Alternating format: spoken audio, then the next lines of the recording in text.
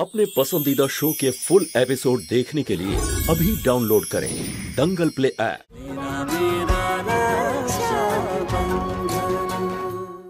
সব সময় নিজের দাদার পেছনে লুকিয়ে থাকিস। দাদার লেজ নাকি তুই? হ্যাঁ আমি যখন দাদা বড় হয়ে যাবে আমি ওর কফ হয়ে যাব, কখনো নিচে হতে দেব না। আরে আমার ছেলের দাঁত ভেঙে দিয়েছে আপনার মেয়ে। মায়ের শাসন ছাড়া মেয়ে এই রকমই হয়, কখন কোথায় কি করে বসবে তার কোনো ঠিকানা নেই। আপনি আমার কথা শুনুন, আপনার বাচ্চাদের জন্য একজন মা নিয়ে আসুন। পেয়ে গেছি সুযোগ, এ হলো আমার পরের শিকার। হ্যাঁ, এ কথা আমি স্বীকার করছি, কিন্তু আমার বাড়িতে বা আমার জীবনে চন্দার জায়গা অন্য কেউ নিতে পারবে না। আরে কি করছোটা কি? ধরা পড়ে যাব কিন্তু। আমাদের তিনজনের জীবনে এতটুকুও ফাঁক নেই যে কোনো মানুষের ছায়া ঢুকে পড়বে, আর একজন মানুষের আশা তো অনেক দূরের কথা। মালিক, ভগবান আপনাকে দীর্ঘ আর সুস্থ জীবন দিন, কিন্তু আপনি ভেবে দেখেছেন ভগবান আপনাকে রক্ষা করুন, কিন্তু যদি আপনার কিছু হয়ে যায় তখন বাচ্চাগুলোর কি হবে? আরে আমার আবার কি হবে ভীম? একদম সুস্থ সবল চাঙ্গা আছি, কিচ্ছু হবে না আমার।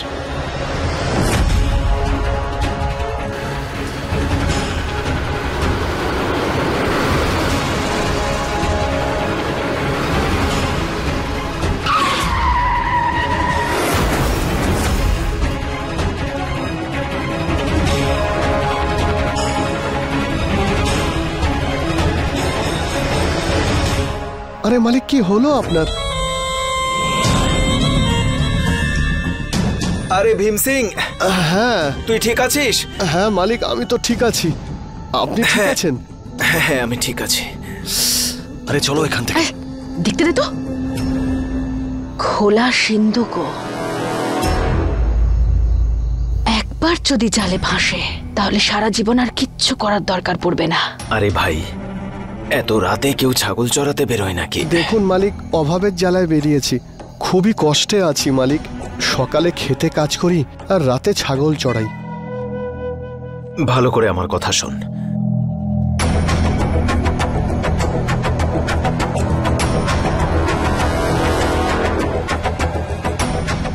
এটা রাখ, আর আজকের পরে এত রাতে কখনো এভাবে ছাগল চড়াতে বেরোবি না। জীবন যদি থাকে তো সব হবে। রাম রাম। ঠিক আছে ঠিক আছে। ঠিক আছে হ্যাঁ মালিক, এটাই তো আপনাকে বলছিলাম, যদি আপনার কিছু হয়ে যেত তখন বাচ্চাদের কি হতো?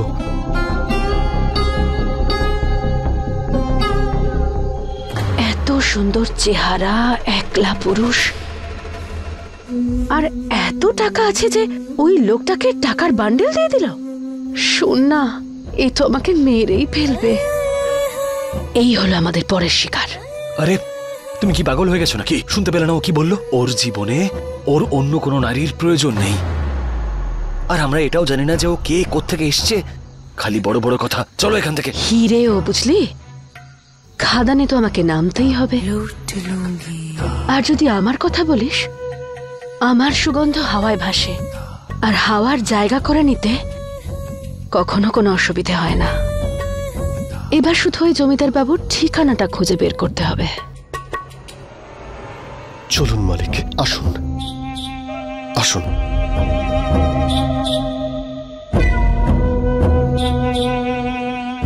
চলো। ঝিকঝিক চলে রেল গাড়ি, থামথাম বলে সব যাত্রী। ঝিকঝিক চলে রেল গাড়ি, থামথাম বলে সব যাত্রী। আমার খিদের থেকে মন সরাচ্ছি। খেয়ে নে না, বেড়ে দিচ্ছি। আমরা বাবাকে ছেড়ে খেয়ে নেব?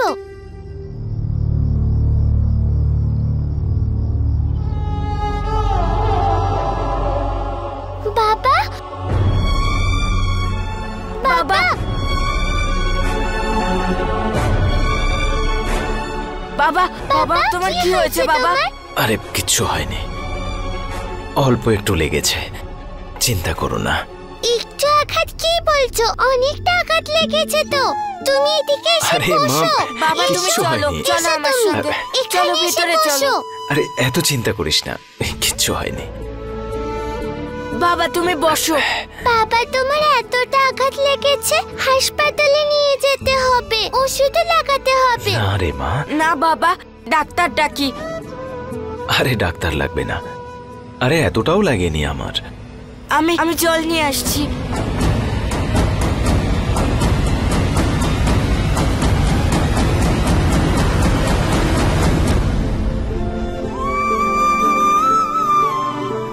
আমি একেবারেই ঠিক আছি মা। বোন বোন তুই দৌড়ে যা আর ফিটকিরির জল নিয়ে আয়। হ্যাঁ জল তো নিয়ে আসবো, কিন্তু ফিটকিরি শোন মা, তুই আমাদের বাড়িতে যা আর আমার স্ত্রীকে গিয়ে বল ও তোকে ফিটকিরির জল দিয়ে দেবে। উনি আমি দেবেন না, উনি রেগে আছেন। কিছু বলবে না, তুই যা।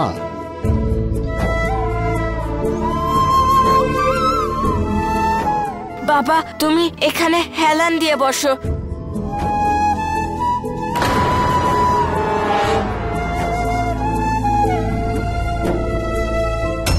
বাবা রক্ত। মালিক আপনার তো অনেক রক্ত বেরোচ্ছে। আরে অ্যাক্সিডেন্টের সময় জানি না তো কোথায় লেগেছে। বাবা তোমার অ্যাক্সিডেন্ট হয়েছে? বাবা তুমি ঠিক করে বলো তোমার আর কোথায় লেগেছে? আরে কিচ্ছু হয়নি আমার, সামান্য একটু আঘাত লেগেছে, চিন্তা করিস না এত। ভীম কাকু তুমি তাড়াতাড়ি যাও আর ডাক্তারকে ডেকে আনো। আর হ্যাঁ বোনকে বলো না বাবার এত আঘাত লেগেছে, তাহলেও ভয় পাবে।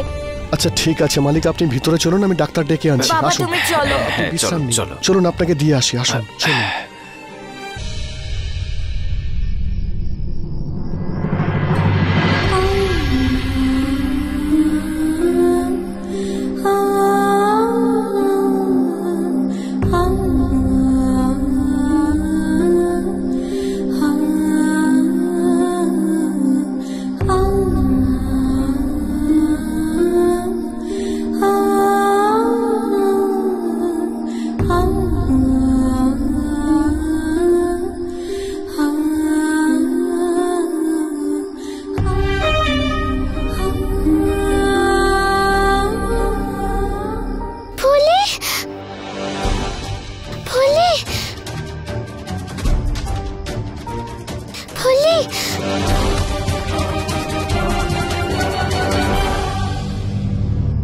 বাবার মাথায় চোট লেগেছে, দাদা আমাকে ফিটকিরির জল আনতে বলল। আমি ইনজেকশন দিয়ে দিয়েছি, কিছুক্ষণের মধ্যেই ব্যথা থেকে আরাম পেয়ে যাবেন। ডাক্তার কাকু বাবা ঠিক আছে তো? ভয় পেও না, আঘাত গুরুতর নয়, কিছুদিনের মধ্যেই উনি ঠিক হয়ে উঠবেন। তাছাড়া বাড়িতে আর বড় কেউ নেই ওনার খেয়াল রাখার জন্য? ওই বাড়িতে তো বড় কেউ নেই, তাই আমাকে আর দাদাকেই সব খেয়াল রাখতে হয়।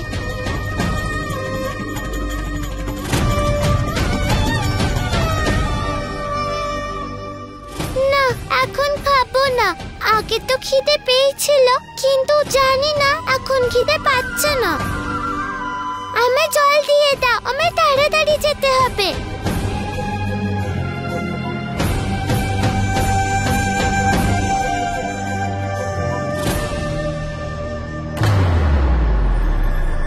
এই দুষ্টু মেয়েটা এখানে কি করছে? এটা কি রাজভোগ তৈরি করা হয় না এখানে যে যখন তখন খেতে চলে আসবি? যা, কোনো খাবার দাবার পাবি না এখানে।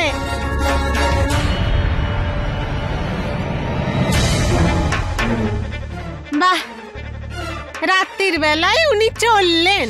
বাড়ির সবার দেখছে সমাজসেবা করার ভূত চেপেছে।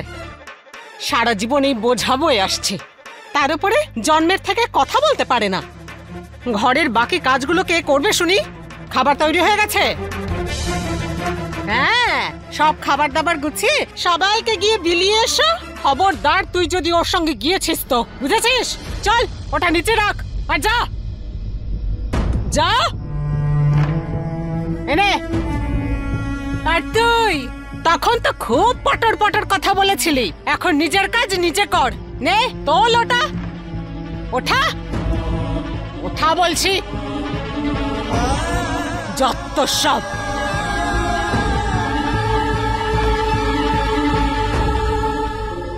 এই তুই যা নিজের কাজ কর।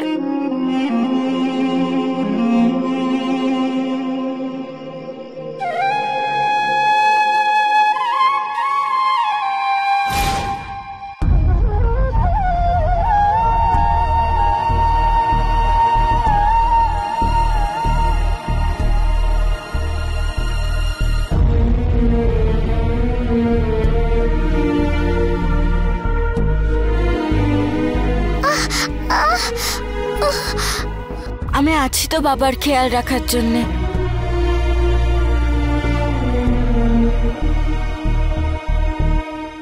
বোন সাবধানে। মা, তুই এই গরম গামলাটা কেন আনতে গেলি? ফুলিকে বলে ওই নিয়ে চলে আসতো এখানে। আরে ফুলি তো আমাকে সাহায্য করতে আসছিল, কিন্তু কাকি ওকে আটকে দিল।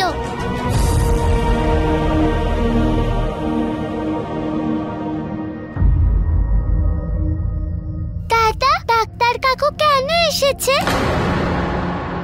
ডাক্তার কাকু তো শুধু বাবাকে দেখতে এসেছিল। কিন্তু বাবা তো বলেছিল ডাক্তারের কোনো প্রয়োজন নেই। বাবা কোথায়? বাবার কি হয়েছে? তোমার বাবা একদম ঠিক আছেন। আমি ডাক্তারবাবুকে পৌঁছে দিয়ে আসছি।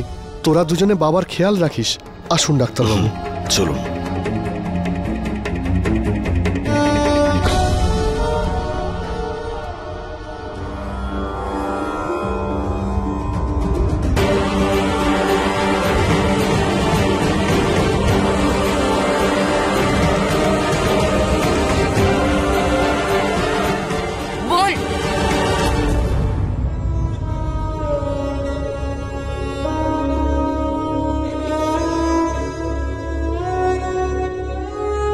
বোন,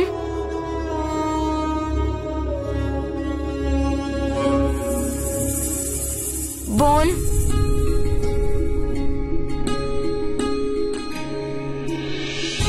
দেখ বোন, বাবা একদম ঠিক আছে, কিচ্ছু হয়নি। বাবার এত আঘাত লেগেছে, তুমি আমার কাছ থেকে লুকানোর জন্য জল আনতে বলেছিলে, তাই না? তুমি আমায় মিথ্যে বলেছো তো। এবার আমি আর তোমার কথা শুনবো না। এবার বললেও আমি কোথাও যাব না, এখানেই বিছানায় বসে থাকবো। সত্যি বললে কান্না বন্ধ করবি? তাহলে শোন,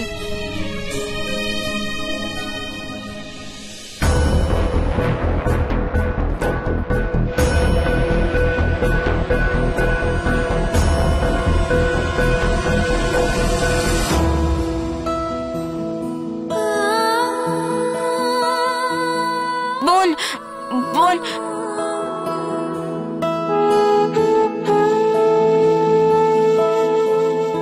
ভগবান, আমার পুতুলগুলো নিয়ে নাও, কিন্তু আমাদের বাবাকে ঠিক করে দাও।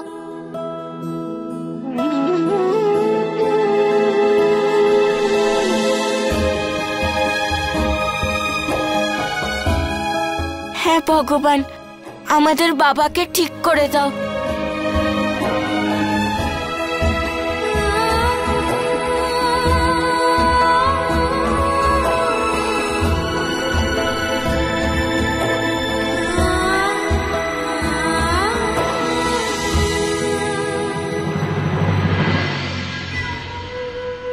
এই নিন চা। এই ছেলে, এমন কোনো লোককে দেখেছিস যে বেশ লম্বা, চওড়া ছাতি আর বেশ পাকানো গোঁফ? মানে গোঁফে যখন তা দেয় না, তখন সামনের লোক ভয় পেয়ে যাবে। দেখেছিস এরকম কোনো পুরুষকে? আগে না, দেখিনি। দেখিসনি? না। তাহলে আমাকেও দেখিস না, চল যা। আরে এই মেয়ে, আমার দিকেও তো একবার দেখো। আমার গোঁফটাও কিন্তু অনেক বড়। তুমি আবার আমাকে খুঁজছো না তো? এই এই, পুরুষ খুঁজছি, কোনো উট বা গাধা নয়। ওই মুখে আবার গোঁফে তা দেবে। আরে তোমার কি মাথা খারাপ হয়ে গেছে নাকি? আরে এইভাবে তো 7 জন্মেও খুঁজে পাবে না তুমি তোমার ওই জমিদারকে। আর ধরে নাও যদি পেয়েও যাও, তাহলে নিশ্চিত হচ্ছ কি করে যে ওকে তুমি তোমার ফাঁদে ফেলতে পারবে? আরে ধুর বাবা, আমার কথাটা শোন।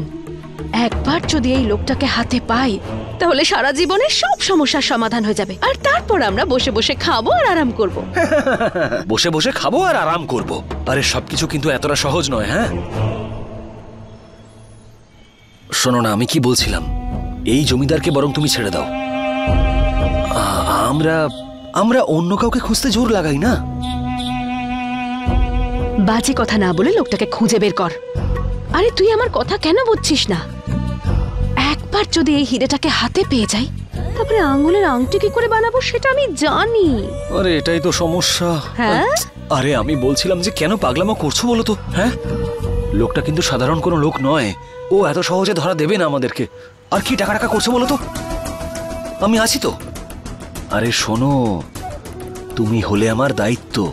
তুমি শুধু দেখতে থাকো যে তোমার এই মুং সিং কত ভালো ফোন দিয়ে আসতে পারে।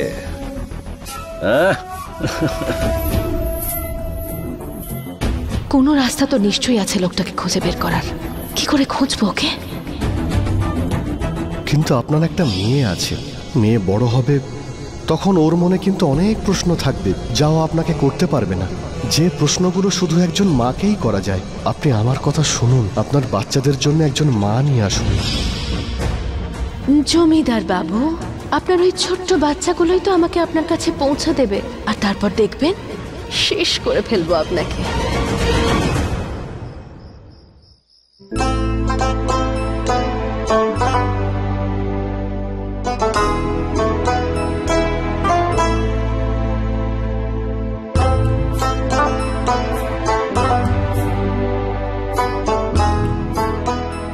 বোন, বোন,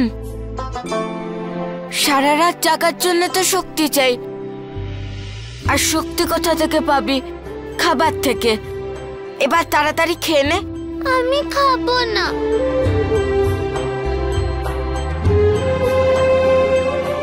ঠিক আছে, আমি বকুনি খাবো। যখন বাবা সকালে জিজ্ঞাসা করবে তুই বোনকে কেন খাবার খাওয়াসনি,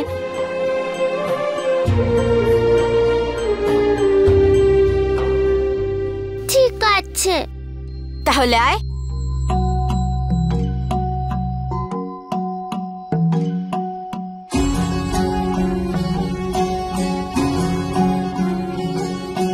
छोटी सी थी तूने मुझको गोदी में लेके पाला,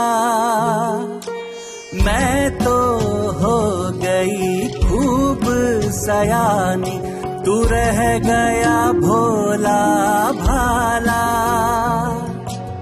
लेकिन तुझको मैं लूंगी संभाल, पहना ही है तेरी ढाल, पहना ही है तेरी ढाल।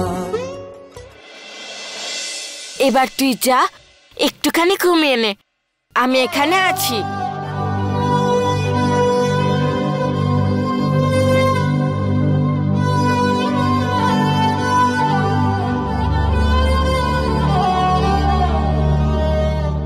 এটা কি করছিস?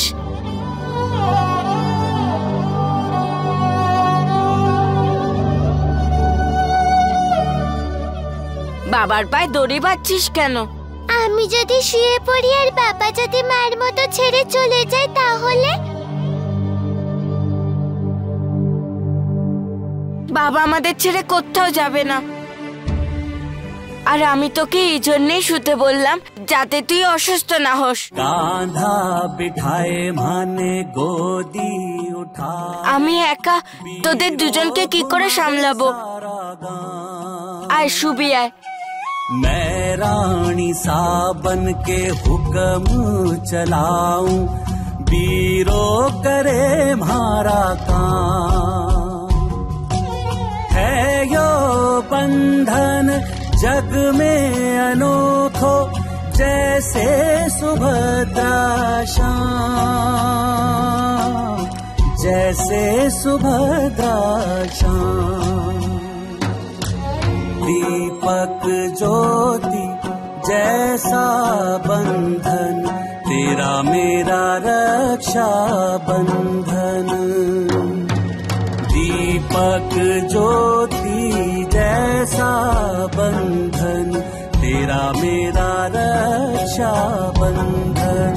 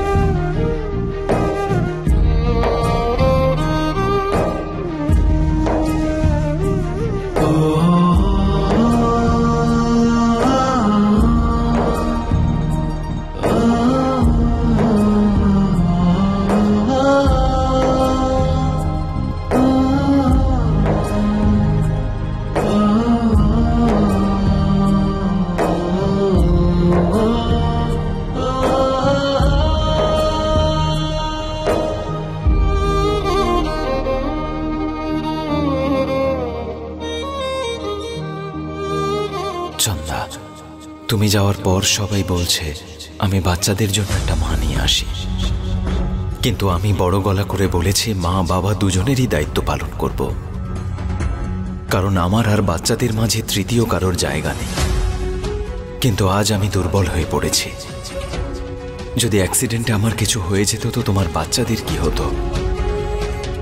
এই ছোট্ট দুটো বাচ্চা একেবারে একা হয়ে যেত। না,